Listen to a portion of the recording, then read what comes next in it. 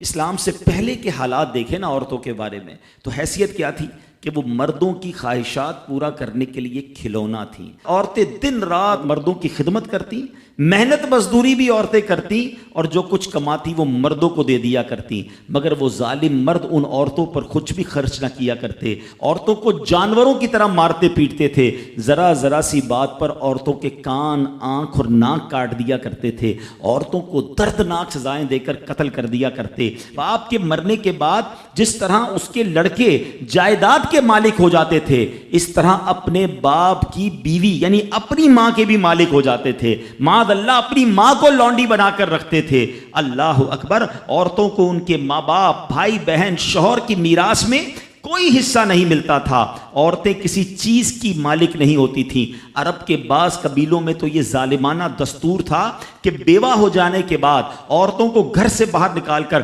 ایک چھوٹے سے تنگ اور تاریک جھونپڑے میں 1 سال کے لیے قید رکھا جاتا، کھانے پینے اور تمام ضرورتیں وہ اسی جھونپڑے میں پوری کیا کرتی تھیں۔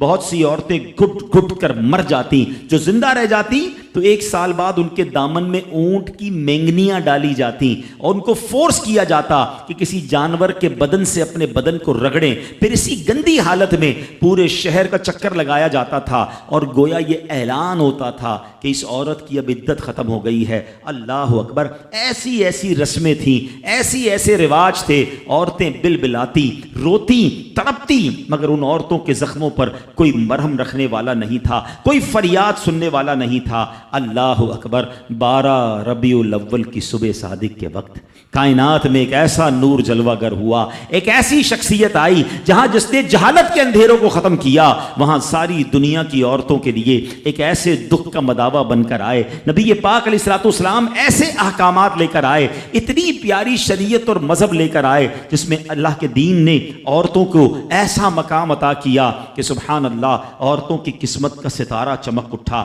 اسلام کی بدولت ظالم مردوں کے ظلم و ستم سے کچلی اور روندی ہوئی عورتوں کا درجہ اس قدر بلند ہوا کہ عورت معاملات زندگی اور موت کے ہر مرحلے پر عورت کو باوقار مقام حاصل ہوا۔ مردوں کی طرح عورتوں کے بھی حقوق جو ہے وہ بیان کیے گئے، عورتوں کی حفاظت کے لیے احکام خداوندی نازل ہوئے، عورتوں کو مالکانہ حقوق مل گئے، عورتیں اپنے مہر کی رقموں، اپنی تجارتوں، اپنی جائیدادوں کی مالک بنا دی گئیں، اپنے ماں باپ، بھائی بہن، اولاد اور شوہر کی میراثوں کی وارث قرار دی گئیں۔ الغرض وہ عورتیں جو مردوں کی جوتیوں سے بھی زیادہ ذلیل و خوار تھیں، انتہائی مجبور و لاچار تھیں، وہ مردوں کے دلوں کا سکون اور ان کی گھروں کی ملکہ بن گئیں۔ چنانچہ قرآن مجید صاف لفظوں میں خواتین کے، عورتوں کے حقوق بیان کرتے ہوئے ارشاد فرماتا ہے، بسم اللہ الرحمن الرحیم، خلق لکم من انفسکم ازواجا لتسکنوا الیہا وجعل بینکم مودۃ ورحمہ۔